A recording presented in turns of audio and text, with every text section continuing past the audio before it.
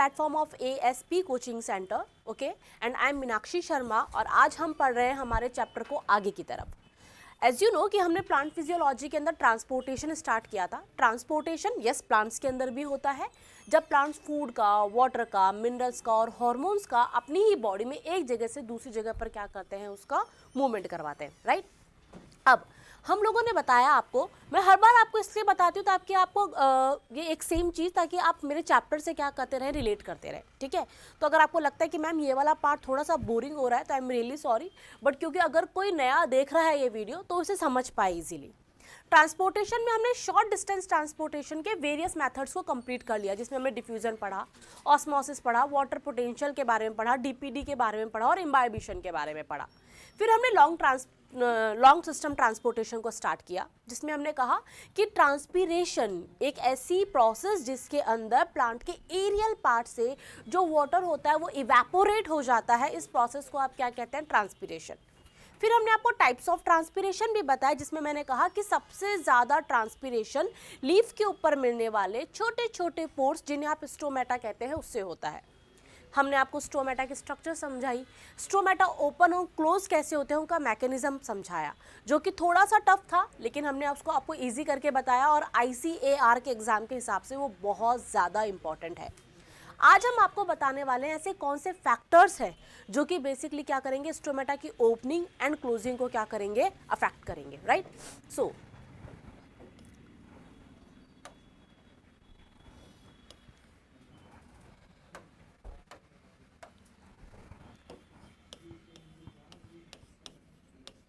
factors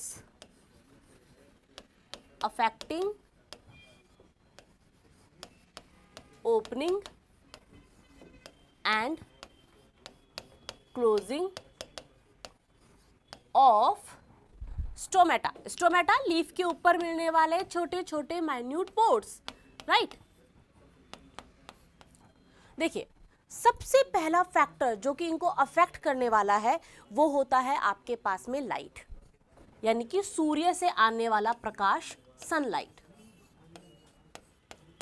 देखिए, हमने आपको बताया दिन के समय, डे टाइम पर स्टोमेटा क्या होते हैं, खुले हुए होते हैं, और रात के समय स्टोमेटा क्या होते हैं, बंद हो जाते हैं। आपको पता ही है दिन के समय क्या होगा भाई, फोटोसिंथेसिस होगा, गैसेस का एक्सचेंज हो रहा होगा, उस टाइम पे CO2 अंदर जा रही होगी, ऑक्सीजन बाहर आ रही होगी, तो इस प्रोसेस के अंदर क्या रहेंगे, स्टोमेटा ओपन रहेंगे। रात के अंदर क्या होता है, फोटोसिंथेसिस की प्रोसेस नहीं होती है, स्टोमेटा क्या हो जाते हैं, क्लोज हो जाते हैं। तो पहली बात तो लाइट के बेसिस पे अगर हम डे टाइम देखें तो डे टाइम में लाइट प्रेजेंट होगी और नाइट टाइम के अंदर लाइट क्या होगी, एब्सेंट होगी। तो डे टाइम पे स्टोमेटा क्या रहेंगे, ओपन रहेंगे, स्टोमेटा क्या रहेंगे, ओपन, और नाइट टाइम में दे रिमेन्स क्लोज। चलिए यहाँ तक की बात समझ में आई। अब मैम क्या सारे प्लांट्स के अंदर ही ऐसा होगा कि स्टोमेटा दिन में तो ओपन रहेंगे और रात में क्या हो जाएंगे, बंद हो जाएंगे, क्लोज हो जाएंगे? नहीं, बिल्कुल भी ऐसा नहीं है। वो प्लांट जिन्हें आप जीरोफिटिक सैक्युलेंट्स कहते हैं, अब मैं जीरोफिटिक सैक्युलेंट्स का मतलब भी आपको समझाऊंगी, ठीक है। इन जीरोफिटिक सैक्युलेंट्स, अब ये जीरोफिटिक सैक्युलेंट का मतलब समझिए, लेकिन उससे पहले जीरोफिटिक्स के अंदर क्या होता है, डे टाइम पर स्टोमेटा क्या रहेंगे, क्लोज्ड, और नाइट टाइम पर यानी कि रात में स्टोमेटा क्या रहते हैं, यहाँ पर ओपन। अब मैम ये जीरोफिटिक सैक्युलेंट्स क्या होते हैं? देखिए बेटा, जीरो का मतलब आप जीरो से समझिए, यानी कि जहाँ पर पानी की बहुत ज़्यादा कमी है, ठीक है, यानी कि आप जिसे हिंदी के अंदर क्या कहते हैं, मृदुस्थल कहते हैं, ठीक है, जहाँ पर बेसिकली क्या, मरुस्थल कहते हैं, जहाँ पर बेसिकली क्या होता है, बहुत ज़्यादा रेत वगैरह है, ठीक है। ऐसी जगह जहाँ पर पानी की बहुत ज़्यादा कमी है, यानी कि डेजर्ट एरिया, उन्हें तो आप कहते हैं जीरो जोन्स। फिटिक मतलब ऐसे प्लांट जो कि उस जीरो जोन वाले वाटर वाले कंडीशन में मिलेंगे, जीरोफिटिक। सैक्युलेंट प्लांट क्या होते हैं? वो प्लांट, अगर आपको याद है आपने 8th क्लास में ही पढ़ा था, वो प्लांट्स जो कि कहाँ पर उगते हैं, डेजर्ट एरिया में उगते हैं, उनके अंदर क्या होता है, उनकी पत्तियाँ तो किस में बदल जाती है, कांटों में या स्पाइंस में, और उनका जो स्टेम होता है ना, वो कैसा हो जाता है, ग्रीन हो जाता है और फ्लैशी हो जाता है। तो वहाँ पर स्टेम जो है वो अपने अंदर बहुत सारा पानी भी इकट्ठा करके रखता है और हरा होने की वजह से फोटोसिंथेसिस भी वही करता है। तो ऐसे प्लांट्स को आप सेक्युलेंट्स प्लांट्स कहते हैं, जिनमें गूदेदार क्या होती है, स्ट्रक्चर्स प्रेजेंट होती है। ठीक है, जैसे कि आपका कैक्टस हो गया, आपके ओपनशिया हो गए, ये सब जीरोफिटिक प्लांट्स है, या फिर ये वो सब प्लांट्स है जो कि कहाँ उगते हैं, डेजर्ट एरिया में उगते हैं। अब डेजर्ट एरिया के अंदर बहुत तेजी के साथ में धूप पड़ती है। अगर दिन के टाइम पर स्टोमेटा खुले रहे तो सारा का सारा पानी इवेपोरेट हो जाएगा, उड़ जाएगा और बेचारा प्लांट क्या हो जाएगा, सूख जाएगा। क्या? क्योंकि वहां पे ऑलरेडी ही पानी की इतनी ज्यादा सप्लाई नहीं है।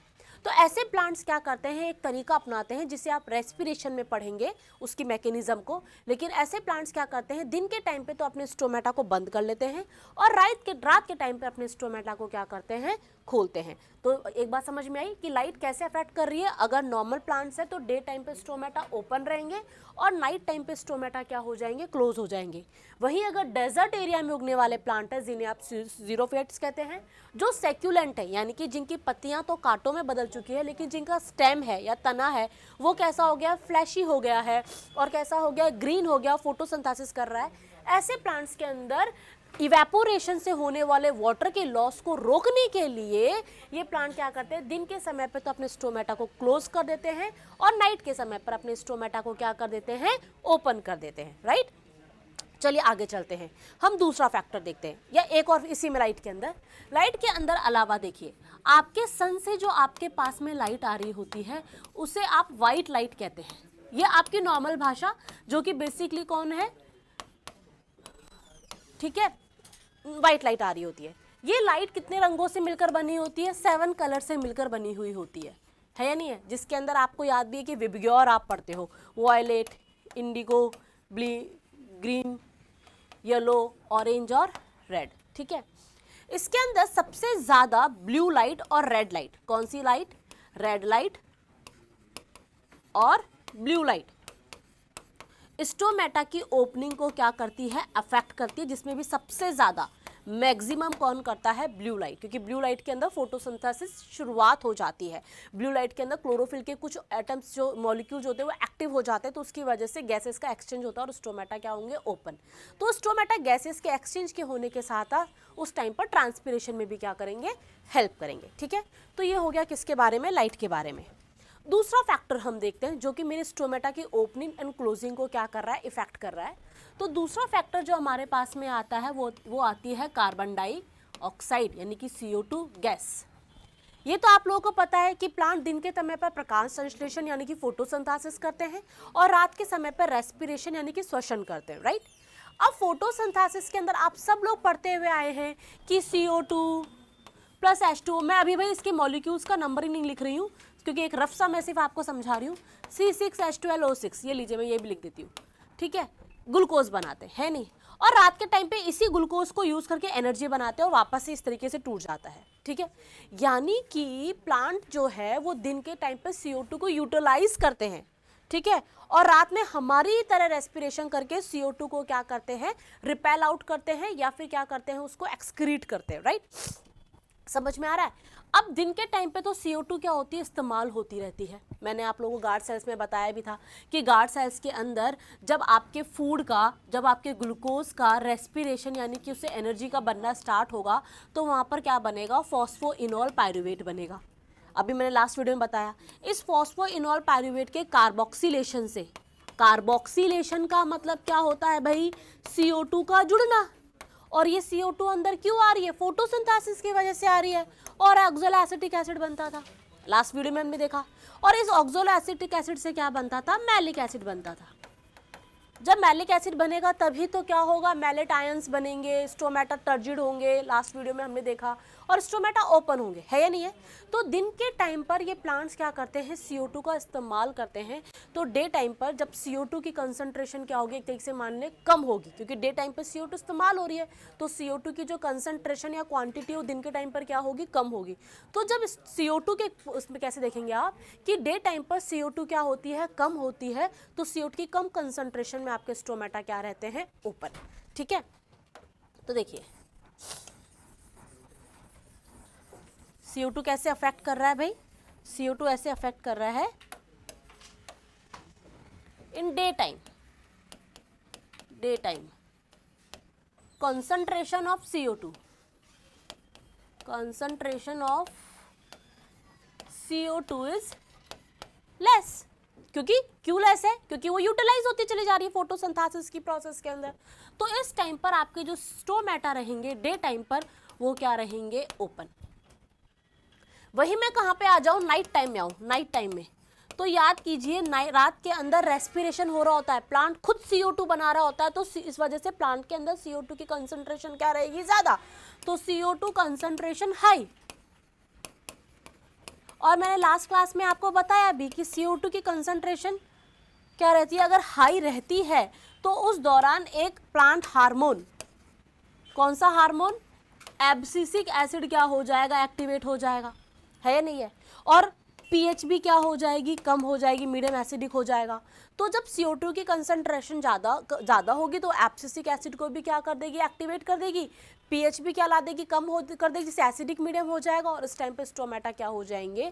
क्लोज हो जाएंगे। तो CO2 की कंसंट्रेशन से आप कुछ ऐसे देखेंगे कि हाई कंसंट्रेशन होने पर क्या होते हैं? स्टोमेटा बंद रहते हैं, और CO2 की लो कंसंट्रेशन होने पर स्टोमेटा क्या रह जाते हैं? क्लोज रहते हैं, सॉरी ओपन हो जाते हैं। अब हम आगे की तरफ आते हैं। CO2 के बाद के अंदर हम देखते हैं कुछ प्लांट हार्मोन्स, यानी कि ग्रोथ हार्मोन्स। इसे बहुत अच्छे से समझें आप। मैंने आपको फर्स्ट चैप्टर या फर्स्ट लेक्चर में बताया था हार्मोन क्या होते हैं। हार्मोन को आप क्या बोल सकते हैं? जो कि आपकी बॉडी के अंदर, अगर ह्यूमन बीइंग की तरह समझे, हमारी बॉडी की ग्रोथ को एक तरीके से क्या कर रहे होते हैं? रेगुलेट कर रहे होते हैं।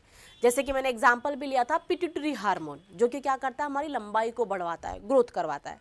सीक्रेशन, यानी कि इसका फॉर्मेशन, इसका सीक्रेशन कहीं और होता है और ये आकर कहीं और टारगेट ऑर्गन्स पे काम करता है। जैसे कि पिट्यूटरी हार्मोन हमारे ब्रेन के नीचे पिछले वाले हिस्से के मेडुला रीजन के अंदर बनता है, बन रहा वहाँ पर है। ब्लड के अंदर इसे भेज दिया जाता है ब्लड के साथ में, और ये आकर हमारे जॉइंट्स पे काम करता है और उन्हें लंबा करता है, जिससे क्या होता है? हमारा लंबाई बढ़ती है। तो ये हार्मोन जो कि पिट्यूटरी ग्लैंड ने सिक्रीट किया, उसे आप कहते थे ग्रोथ हार्मोन। ऐसे प्लांट्स के अंदर भी बहुत सारी ग्रोथ्स को कौन कंट्रोल कर रहा होता है?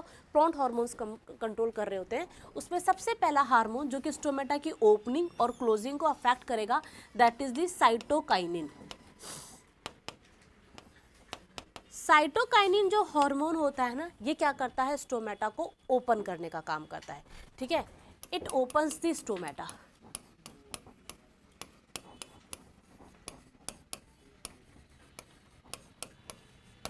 राइट। नेक्स्ट जो हमारे पास में हार्मोन आता है, वो हमारे पास में आता है, क्यों स्टोमेटा को ओपन करता है? क्यों साइटोकाइनिन? देखिए, याद कीजिए, आप लोगों को अगर याद आ रही हो तो आपके पास में ये क्या थी? गार्ड सेल थी। लास्ट वाले वीडियो में मैंने बताया है बेटा, गार्ड सेल के अंदर जब क्या बनता था? मैलिक एसिड बनता था। प्लीज़ इसे बहुत अच्छे से समझें और पुराने वाले वीडियो से रेफर करें। इसमें क्या बनता था? जब मैलिक एसिड बनता था तो ये बहुत ही ज़्यादा क्या होता था? अनस्टेबल होता था। तो ये मैलिक एसिड बनते ही टूट जाता था दो चीज़ों में, एक तो मैलेट आयन में, याद है तो आपको लास्ट वीडियो में बताया मैंने, और एक H+ आयन के अंदर। अब आपकी गार्ड सेल साइटोकाइनिन एंजाइम के प्रेजेंस के अंदर क्या करती थी? ये गार्ड सेल की मेम्ब्रेन है, भाई हर सेल की अपनी एक मेम्ब्रेन होगी ना, तो ये गार्ड सेल की मेम्ब्रेन है।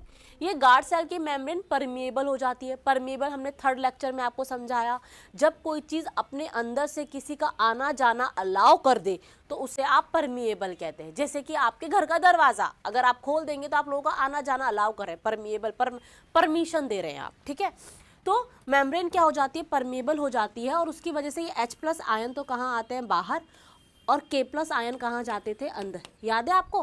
फिर आपका ये K+ आयन यानी पोटेशियम और मैलेट आयन मिलके आपका पोटेशियम मैलेट बनाते थे। ठीक है, ये हमने लास्ट लेक्चर में देखा। तो ये साइटोकाइनिन का क्या करता है? इन K+ आयन्स को अंदर आने की, और अंदर आने को आप कहते हैं इनफ्लक्स। तो आपके अगर ICR में और जेट में वर्ड लिखा हुआ है इनफ्लक्स, तो इनफ्लक्स का मतलब क्या है? अंदर आने देना। तो साइटोकाइनिन जो हार्मोन होता है वो K+ आयन को अंदर आने देगा, जिसकी वजह से पोटेशियम मैलेट बनेगा। पोटेशियम मैलेट गार्ड सेल के अंदर सॉल्यूट की तरह काम करेगा, जिसकी वजह से गार्ड सेल की ऑस्मोटिक कंसंट्रेशन बढ़ेगी। इतने सारे सॉल्यूट को घोलने के लिए उसे पानी की जरूरत पड़ेगी, वो बाहर से पानी लेगा, जब गार्ड सेल में पानी आएगा तो वो क्या हो जाएगी, फूल जाएगी और स्टोमेटा क्या हो जाएंगे, ओपन। तो देखिए साइटोकाइनिन ने किस तरीके से के प्लस को अंदर लाकर स्टोमेटा को ओपन करवाया। ये मैकेनिज्म हम लास्ट क्लास में पढ़ चुके हैं, तो आपको ये याद रखना है यहाँ पे साइटोकाइनिन क्या करता है, स्टोमेटा को ओपन करवाता है। क्यों स्टोमेटा को ओपन करवाता है, क्योंकि ये के प्लस आयन के इनफ्लक्स को क्या कर रहा होता है, कंट्रोल कर रहा होता है, यानी कि उनके इनफ्लक्स को क्या करता है, प्रमोट करता है। चलिए अब कौन सा हार्मोन है जो कि स्टोमेटा की ओपनिंग क्लोजिंग को कंट्रोल करेगा। दूसरा जो हमारे पास में हार्मोन यहाँ पर आता है वो हमारे पास में है एब्सिसिक एसिड, जिसके बारे में हम पढ़ चुके हैं, ठीक है वैसे तो, लेकिन फिर भी हम एक बार और जान लें। तो दूसरा हार्मोन है हमारे पास में ABA, एब्सिसिक एसिड।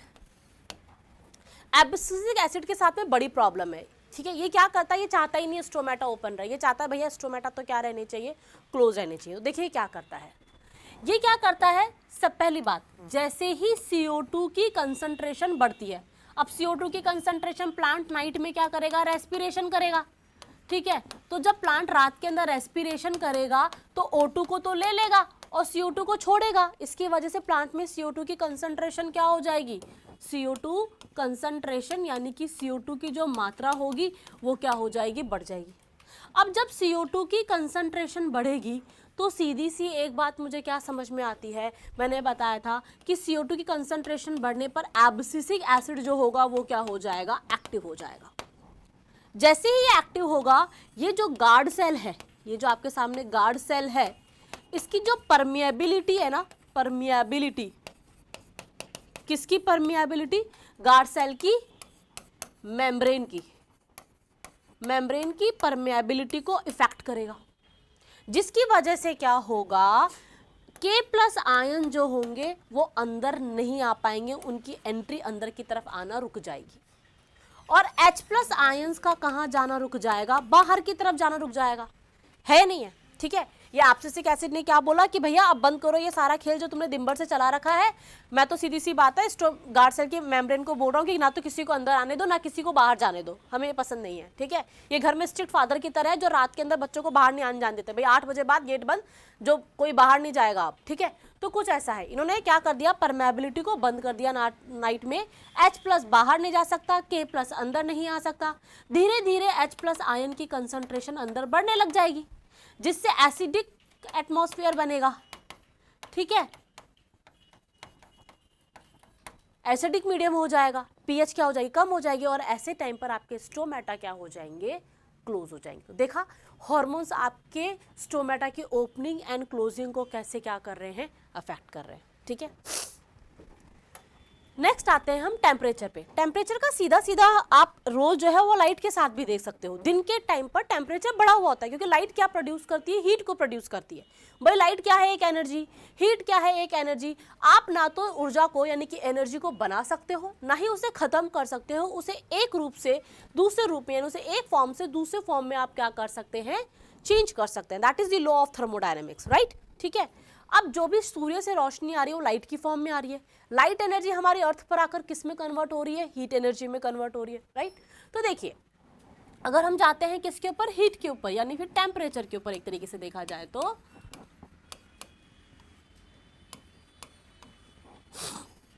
टेम्परेचर पे देखा जाए तो टेम्परेचर अगर बढ़ेगा, अगर टेम्परेचर क्या होगा, बढ़ेगा, ठीक है, तो आपके जो स्टोमेटा है वो क्या हो जाएंगे, ओपन, और अगर ये क्या रहेगा, क्लोज रहेगा, सॉरी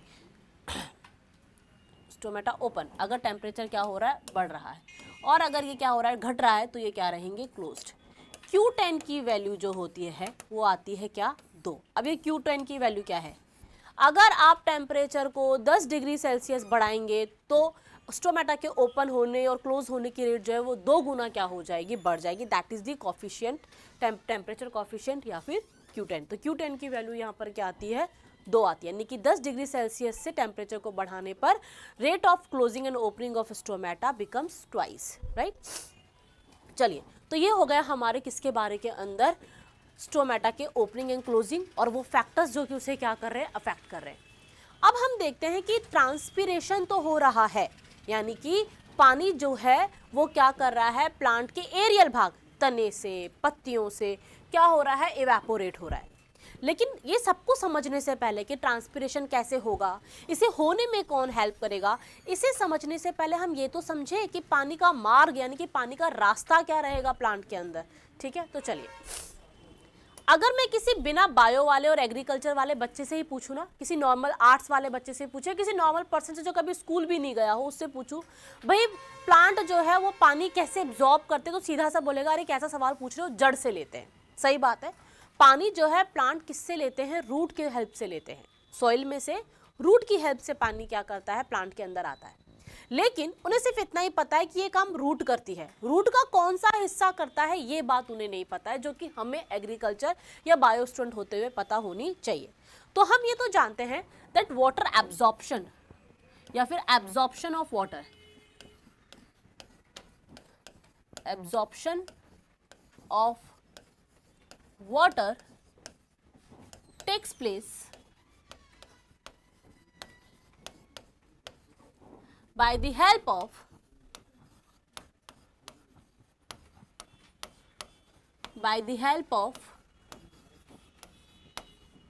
रूट, जिसे आप जड़ या मूल भी कहते हैं। लेकिन रूट का या जड़ का कौन सा हिस्सा इसे में हेल्प करता है ये आपको जानना है। ठीक है, तो हम नेक्स्ट जो अपना पढ़ने वाले हैं टॉपिक वो आएगा हमारे पास में zones of root।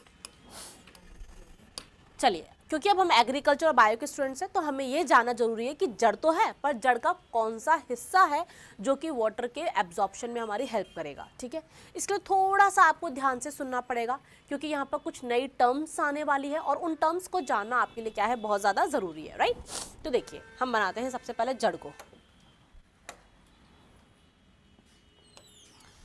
चलिए, ये हमारे पास में है हमारी जड़, हमने एक जड़ ले ली, ये उसका सबसे एपिकल हिस्सा होगा, उसका किनारा होगा। ठीक है, उसका शीर्ष होगा, है या नहीं है। चलिए, सबसे पहला हिस्सा जिसे आप क्या कहते हैं, एपिकल रीजन कह सकते हैं। ये रीजन कौन सा है,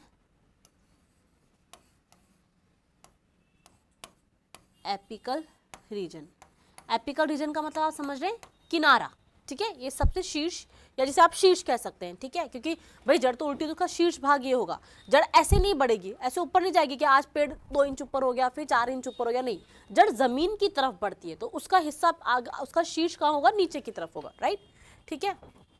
इस वाले हिस्से के अंदर जो सेल्स होती है वो या जो कोशिकाएं होती है वो बिल्कुल पास पास उपस्थित होती है। अब वो कोशिकाएं या वो सेल्स जिनकी स्ट्रक्चर सेम हो और जो सेम फंक्शन परफॉर्म करती है उसे आप क्या कहते हैं, टिश्यू कहते हैं। तो यहाँ पर इस सेम तरह की सेल्स जो सारे सेम फंक्शन कर रही है, इनसे बनने वाले, इन सेल्स के ग्रुप से बनने वाला जो टिश्यू होगा उसे आप कौन सा टिश्यू कहेंगे, मेरिस्टेमेटिक टिश्यू। और इस जोन को आप कौन सा, मेरिस्टेमेटिक जोन बोल देंगे। अब जो बच्चे बायो से नहीं है और एग्रीकल्चर के फील्ड से है वो समझे मेरिस्टेमेटिक टिश्यू क्या होता है। मेरिस्टेमेटिक टिश्यू वो टिश्यू होता है जिसकी कोशिकाएं या जिसकी सेल्स अपनी पूरी लाइफ में सिर्फ और सिर्फ डिवीजन करती है और कुछ नहीं करती। अगर मैं एक नॉर्मल सेल को देखूं तो नॉर्मल सेल की टेंडेंसी क्या होती है, नॉर्मल सेल ये कहती कि भाई मैं अभी अभी बनी, मेरे अंदर न्यूक्लियस है, अब मैं क्या करूँगी, ग्रोथ करूँगी।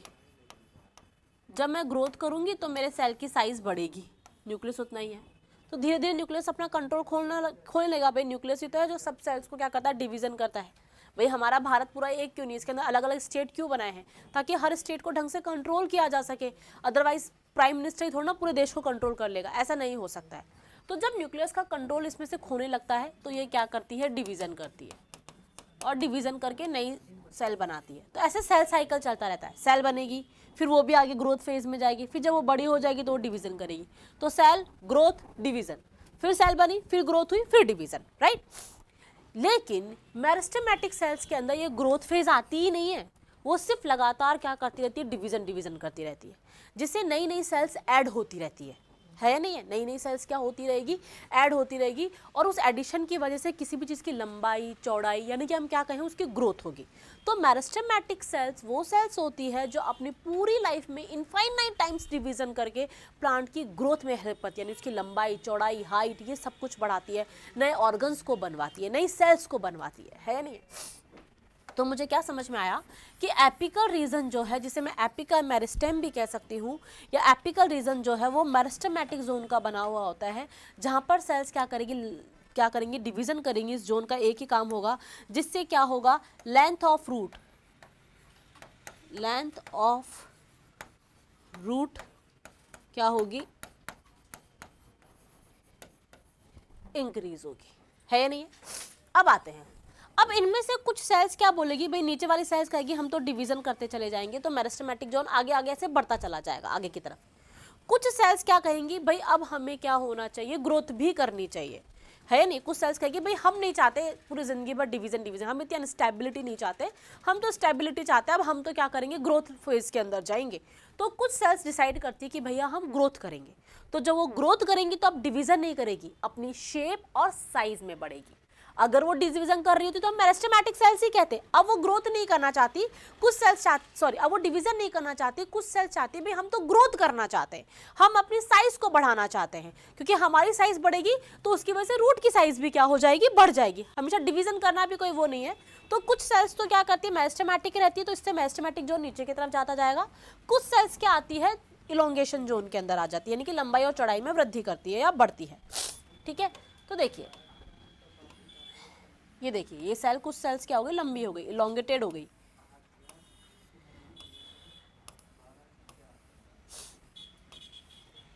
तो ये वाला जो जोन आपके सामने बन रहा है अब यहाँ पर, ठीक है, कौन से वाला, ये वाला जोन, इसे आप कहेंगे जोन ऑफ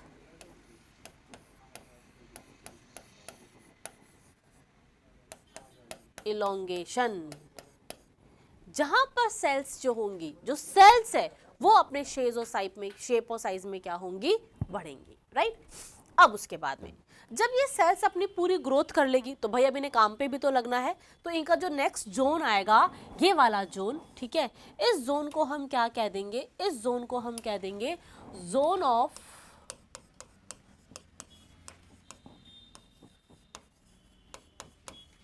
मैच्योरेशन। अब मैम इस जोन में क्या होगा भाई, इस जोन के अंदर देखिए सेल्स मैच्योर हो जाएगी और अपने अपने काम को ढंग से करना शुरू कर देगी, और इसी जोन के अंदर से जो सेल्स होंगी ना, जो सेल्स अब कंप्लीटली क्या हो चुकी है, ये न्यूक्लियस बना देती हूँ मैं क्योंकि सब लिविंग सेल्स है, इनमें साइटोप्लाज्म में जो मैं यहाँ नहीं बना रही हूँ, पूरी अपनी ग्रोथ करने के बाद में अब अपने अंदर कुछ मॉडिफिकेशन करेगी और वाटर को एब्जॉर्ब करेगी। यहीं पर छोटे छोटे क्या बनेंगे, रूट हेयर, जिन्हें आप मूल रोम भी कहते हैं, यानी कि यहाँ पर क्या बन जाएंगे, रूट हेयर।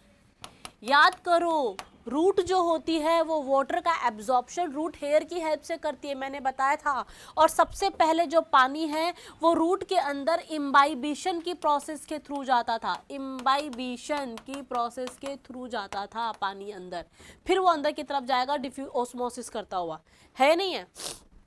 तो देखिए आपका जो वाटर का एब्जॉर्प्शन है वो रूट के, एक नॉर्मल व्यक्ति के लिए पानी का एब्जॉर्प्शन या फिर रूट का एब्जॉर्प्शन कौन कर रही है, रूट।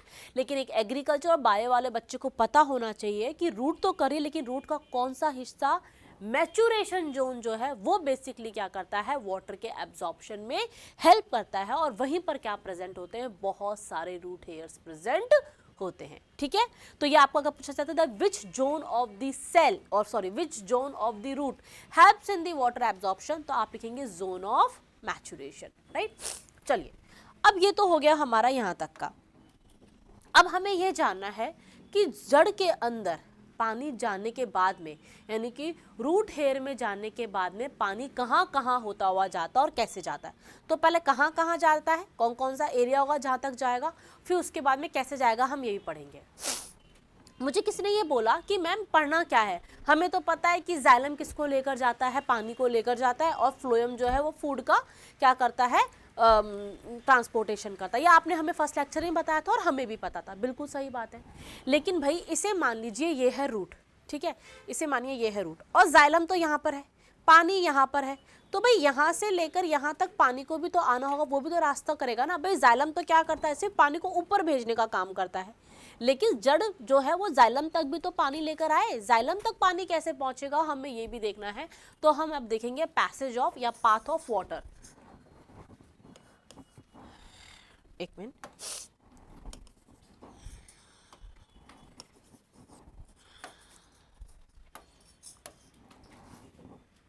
या तो आप बोल दीजिए पाथ, या फिर आप क्या बोल सकते हैं, passage of water inside the root, inside the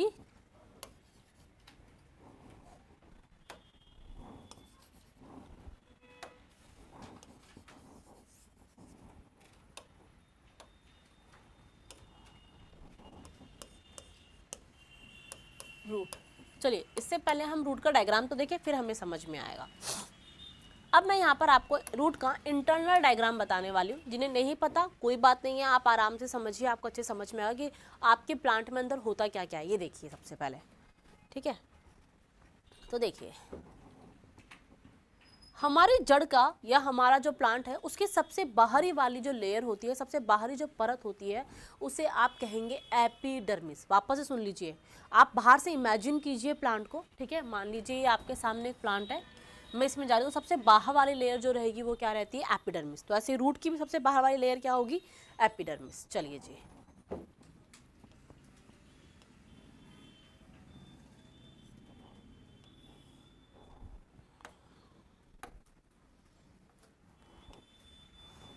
एक मिनट,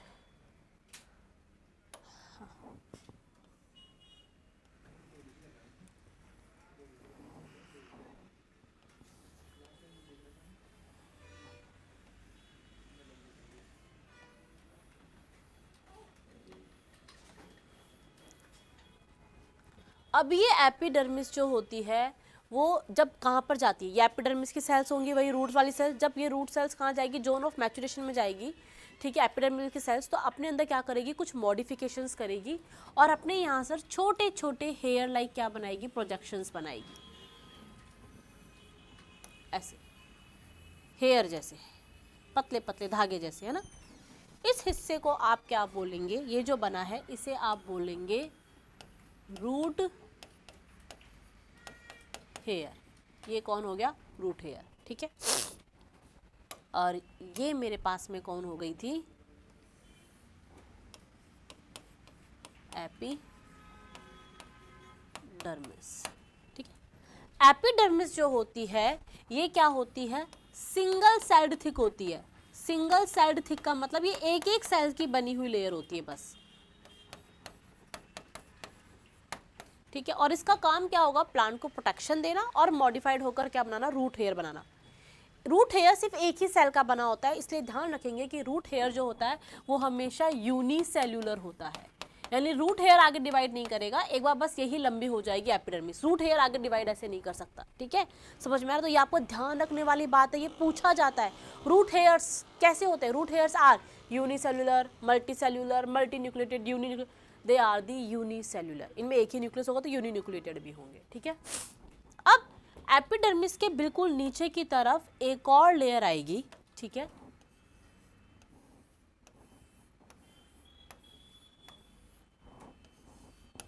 ये लेयर जो होगी वो 2 से 3 सेल मोटी होगी, ठीक है। और इस लेयर को आप क्या कहेंगे, इस लेयर को आप कह देंगे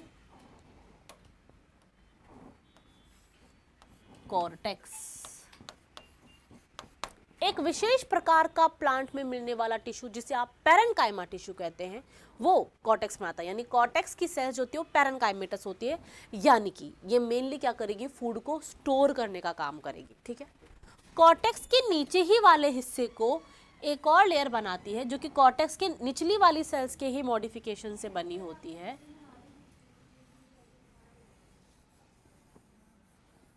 ये बनी कॉर्टेक्स की सेल से ही है लेकिन कुछ मॉडिफाइड हो गई है। इन सेल्स को हम क्या कह देते हैं? इन सेल्स को हम कह देते हैं एंडोडर्मिस, यानी कि सबसे आंतरिक लेयर, सबसे अंदर वाली लेयर, जिसे आप क्या कह देंगे? एंडोडर्मिस। अब एंडोडर्मिस के अंदर एक छल्ला जैसा मिलेगा, एक रिंग जैसा क्या होगा? प्रेजेंट होगा एंडोडर्मिस के अंदर की तरफ, यहाँ पे।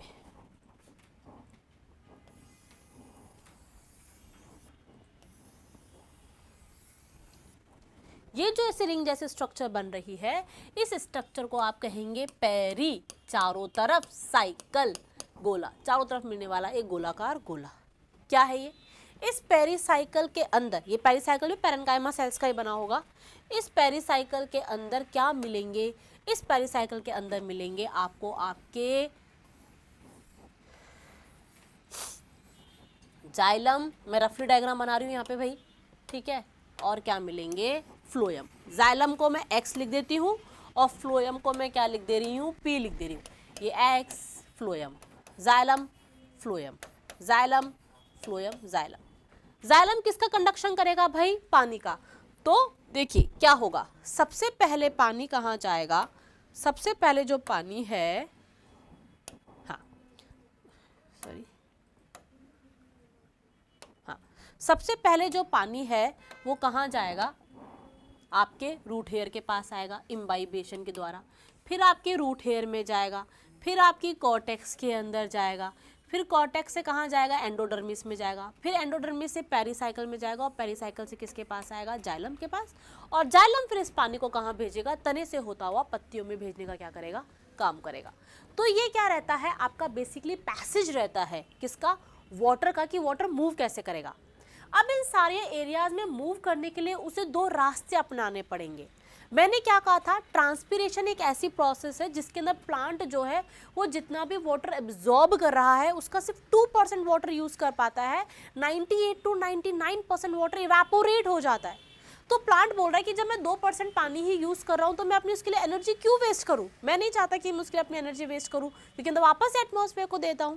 तो वो चाहता है कि मैं कुछ ऐसा रास्ता भी अपनाऊं वाटर का एब्जॉर्प्शन करने का जिसमें मुझे ज़्यादा एनर्जी नहीं लगानी पड़े, है या नहीं है? तो इसलिए वो क्या करता है? ऐसे रास्ते अपनाता है जिसमें एनर्जी नहीं देनी पड़े, यानी कि एटीपी का यूटिलाइजेशन नहीं करना पड़े। तो आपने रास्ता तो देख लिया कि क्या रहेगा, इस रास्ते तक पानी कैसे पहुंचेगा ये भी अब आपको देखना जरूरी है, ठीक है। तो पानी सबसे पहले इम्बाइबेशन के थ्रू रूट हेयर से अटैच्ड होगा, क्योंकि रूट हेयर्स वही, रूट हेयर प्लांट सेल है, सेल के चारों तरफ सेल वॉल होगी जो कि किसकी बनी होगी? सेलुलोज की बनी होगी। मैंने बताया था सेलुलोज क्या है? एक कोलॉइडल सब्सटेंस है। कैसा कोलॉइड है? हाइड्रोफिलिक कोलॉइड है, जो कि पानी को अपनी तरफ क्या करेगा? ऐड करेगा, अपनी तरफ चिपकाना चाहेगा। जब पानी एक बार चिपकेगा तो वो अंदर की तरफ जाएगा, है या नहीं? अब अंदर की तरफ जाने पर कौन सा रास्ता लेगा आपको वो भी देखना है, ठीक है। चलिए तो हम देखते हैं पाथवे, सॉरी,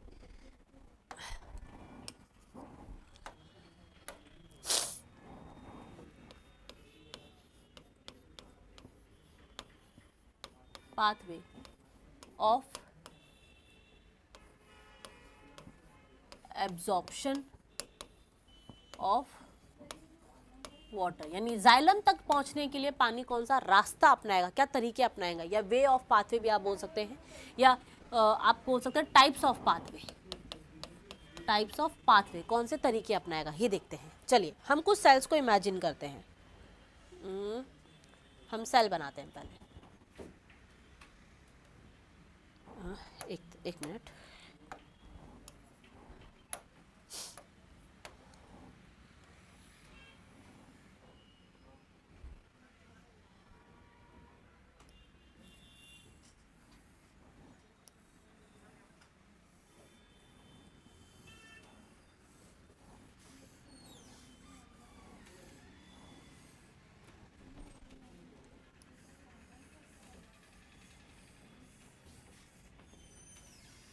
ये क्या है? मेरी एक प्लांट सेल है।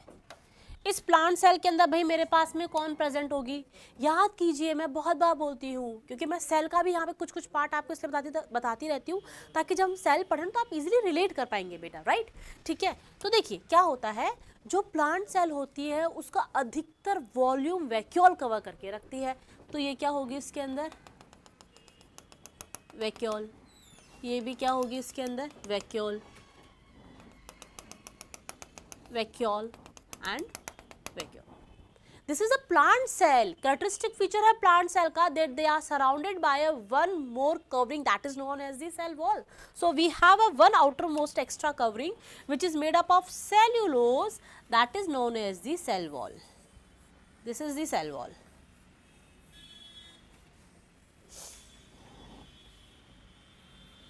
तो पहले जिन जिन चीजों को हम जानते हैं हम उनको क्या कर देते हैं, लेबल कर देते हैं, right. So this is the cell wall, right. The inner layer is known as the cell membrane.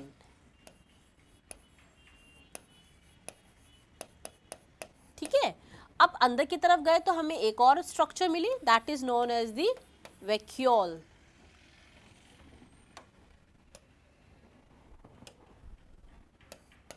Vacuole.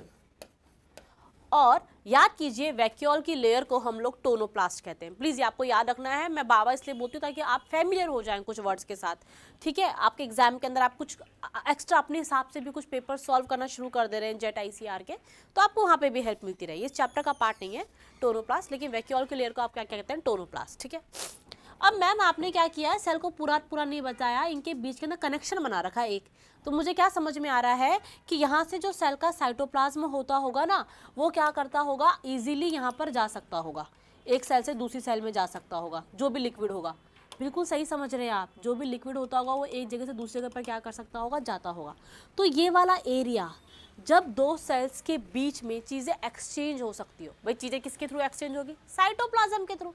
तो जब साइटोप्लाज्म दो सेल का जिस मार्ग से, जिस रास्ते से एक्सचेंज हो सकता हो, उस पर्टिकुलर एरिया को हम कहते हैं प्लाज्मोडेस्माटा।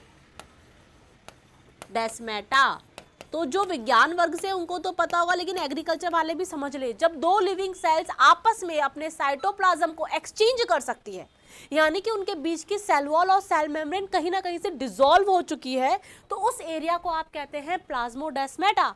इसे आप क्या कह सकते हैं, इसे आप साइटोप्लाज्मिक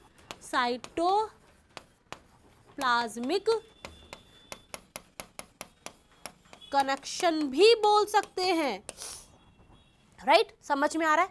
तो चलो ये तो हमने बना दिया। मैम आप तो हमें पाथवे बताने वाले थे, क्या बताने लगे भाई, अब मैं सेल्स में तो पाथवे बनवाऊंगी आपको। तो देखिए ये मेरा वाटर का मॉलिक्यूल है। वाटर अंदर की तरफ मूवमेंट करने के लिए दो रास्ते ले सकता है। एक तो ले सकता है, हर एक वर्ड का मतलब समझे बायो में, आपने वर्ड का मतलब समझ लिया, आपने सब कुछ समझ लिया, ये मान लीजिए, ठीक है। तो हर एक वर्ड का मतलब समझे। एक रास्ता तो क्या हो सकता है, एपोप्लास्ट, और एक रास्ता क्या हो सकता है, सिम्प्लास्ट। प्लास्ट वर्ड यूज कर रहे हो तो याद आ रहा है, क्लोरोप्लास्ट है या नहीं है, साइटोप्लाज्म, प्रोटोप्लास्ट। तो भाई अंदर जो लिक्विड भरा हुआ रहता है उसे आप क्या कहते हैं, साइटोप्लाज्म या प्रोटोप्लास्ट बोल सकते हो, है या नहीं है, ठीक है।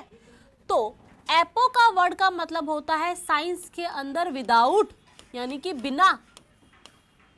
साइंस के अंदर एपो का मतलब क्या होता है, विदाउट, ठीक है, ध्यान रखेंगे। प्लास्ट वर्ड लिया है प्रोटोप्लास्ट से, यानी कि बिना प्रोटोप्लास्ट के, बिना साइटोप्लाज्म के। तो मुझे क्या समझ में आ रहा है, मेरा पानी जाएगा लेकिन बिना साइटोप्लाज्म के जाएगा, बिना साइटोप्लाज्म की हेल्प के जाएगा।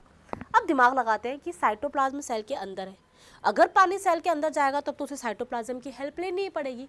तो यहाँ पर पानी साइटोप्लाज्म के कॉन्टैक्ट में ही नहीं आएगा, तो सीधी सी बात है वो क्या करेगा, सेल वॉल से होता हुआ, सेल वॉल से होता हुआ ही कहाँ चला जाएगा, आगे चला जाएगा। यानी कि अब सेल वॉल याद कीजिए, सेल वॉल जो होती है वो नॉन लिविंग होती है भाई, सब चीज़ों को अपने अंदर से आने जाने देने जाती थी। तो यहाँ पर जो वाटर है वो कौन सा पाथवे ले रहा है, एपोप्लास्ट पाथवे ले रहा है, और एपोप्लास्ट पाथवे को आप नॉन लिविंग पाथवे भी बोल सकते हैं। क्यों? क्योंकि यहाँ पर पानी ना तो सेल मेम्ब्रेन के कांटेक्ट में आया है, ना ही साइटोप्लाज्म के कांटेक्ट में आया है, सिर्फ सेल वॉल के ऊपर होता होता ही आगे चला गया। और सेल वॉल जो होती है वो मेरी कैसी होती है? नॉन लिविंग होती है। That's why it is also known as the non living pathway, right. अब हम आते हैं, अब हमारा जो पानी है वो क्या कर रहा है? अगर मेरा पानी सेल वॉल के पास जा रहा है, फिर सेल मेम्ब्रेन के अंदर भी जा रहा है, फिर वैक्यूल के अंदर जा रहा है, या साइड में से वैक्यूल के साइड में से निकल जा रहा है, ठीक है, फिर वैक्यूल से बाहर आ रहा है, फिर प्लाज्मोडेस्माटा से होता हुआ जा रहा है, तो यहाँ पर वो सेल मेम्ब्रेन और साइटोप्लाज्म के कांटेक्ट में आ रहा है। सेल मेम्ब्रेन साइटोप्लाज्म दोनों ही लिविंग होते हैं, यानी कि लिविंग ले रहा है, यानी कि सिम का मतलब लिविंग हिस्सा ले रहा है, किसका? प्रोटोप्लास्ट का। तो पहली बात तो ये पाथवे कैसा हो जाएगा? लिविंग पाथवे हो जाएगा। समझ में आया बेटा जी? इसे बहुत अच्छे से समझे, बहुत इजी है ये। और कैसे ले सकता है? सिम्प्लास्ट भी दो तरह से हो सकता है। कैसे दो तरीके से हो सकता है? अभी मैंने आपको बता दिया। या तो कैसा हो? वैक्यूलेटेड, वैक्यूलेटेड, या फिर क्या हो? Non vacuolated. यानी कि या तो वो क्या करे? सेल मेम्ब्रेन के पास आए, फिर साइटोप्लाज्म में आए, फिर वैक्यूल में आए, या फिर वो सेल मेम्ब्रेन में आए, साइटोप्लाज्म और वैक्यूल के साइड में से निकल जाए। तो पानी जब वैक्यूल में से होता हुआ जाएगा तो आप उसे सिम्प्लास्ट, क्योंकि लिविंग में से गया है, वैक्यूम में से वैक्यूलेटेड पाथवे कह देंगे, तो सिम्प्लास्ट वैक्यूलेटेड पाथवे। और अगर वो किस में से नहीं जा रहा है? वैक्यूल्स में से नहीं जा रहा है, तो उसे आप सिम्प्लास्ट लेकिन नॉन वैक्यूलेटेड पाथवे कह देंगे, राइट। और चाहे वैक्यूलेटेड हो चाहे नॉन वैक्यूलेटेड हो, लेकिन होगा कैसा? लिविंग पाथवे होगा। तो ये दो तरीके हैं जिनके थ्रू कहाँ पहुंचेगा? प्लांट के अंदर जब पानी पहुंचेगा तो जाइलम तक पहुंचने के लिए वो दो रास्तों का इस्तेमाल कर सकता है। तो मैम दो रास्ते, सिम्प्लास्ट करे ही क्यों? वो तो एपोप्लास्ट ही करना चाहिए। आपने खुद ने कहा 2% पानी यूज करते हैं, 99% एवेपोरेट करते हैं, तो सिम्प्लास्ट से जाएगा लिविंग पाथवे। एनर्जी लगानी पड़ेगी मैडम, ऑस्मोसिस होगा, एंडो ऑस्मोसिस होगा, एक्सो ऑस्मोसिस होगा, तो ये तो बड़ी दिक्कत वाली बात है। तो एपोप्लास्ट ही यूज करता होगा, हमें तो ये समझ में आ रहा है। नहीं, ऐसा नहीं है। पीछे की तरफ आइए। आपका पानी रूट हेयर में जाने के बाद में कॉर्टेक्स की तो सेल वॉल के होते होते जाता है, लेकिन जैसे बेचारा जैसे ही कहाँ पर आता है? एंडोडर्मिस के पास में आता है। एंडोडर्मिस के ऊपर क्या हो जाता है? सुबेरिन का डिपोजिशन, लिग्निन सुबेरिन का डिपोजिशन होता है। लिग्निन कहता है भाई मैं पानी को बिल्कुल पसंद नहीं कर सकता, तो मैं तो नहीं जाने दूंगा। तो एंडोडर्मिस में से जब पानी जाएगा तो उसे साइटोप्लाज्म में से होते हुए जाना पड़ेगा, है या नहीं है? यहाँ पर एनर्जी देनी पड़ेगी, है या नहीं है? यहाँ पे एक्वापोरिन्स जो है वो पानी को लेंगे, याद करो, वो एनर्जी को यूज करेंगे, है या नहीं है? और क्योंकि वो एनर्जी को यूज करेंगे तो एंडोडर्मिस वाले एरिया के अंदर पानी जो जाएगा वो जाएगा सिम्प्लास्ट से, फिर उसके बाद वापस ये पेरिसाइकिल के पास आएगा, वो भी पेरिसाइकिल की सेल वॉल से ही निकल जाएगा, फिर जाइलम के पास आ जाएगा। तो बाकी सारा पाथवे कौन सा रहेगा? एपोप्लास्ट। तो रूट हेयर, कॉर्टेक्स, पेरिसाइकिल, यहाँ तक तो वाटर का पाथवे रहेगा एपोप्लास्ट। और जैसे ही पर वो एंडोडर्मिस के पास में आएगा तो एंडोडर्मिस पे लिग्निन के डिपोजिशन के वजह से it will not allow the passage of water from the cell wall, तो वो अंदर से होता हुआ जाएगा, तो वो सिम्प्लास्ट पाथवे लेगा। तो this is all about the today, जिसमें हमने देखा कि प्लांट कैसे, क्या वाटर कैसे मूवमेंट करता है। तो हमने कहाँ से शुरू किया? आज हमने स्टोमेटा को, ओपनिंग क्लोजिंग को, कौन से फैक्टर्स क्या करते हैं, कंट्रोल करते हैं, अफेक्ट करते हैं, हमने उसको देखा। उसके बाद में हमने ये देखा कि कौन सा रास्ता अपना सकता है, रास्तों के टाइप क्या हो सकते हैं, तो आज हमने ये देखा। So thank you so much. अब हम आगे नेक्स्ट क्लास के अंदर पढ़ेंगे कि ट्रांसपिरेशन कैसे कैसे होगा, ठीक है? Thank you.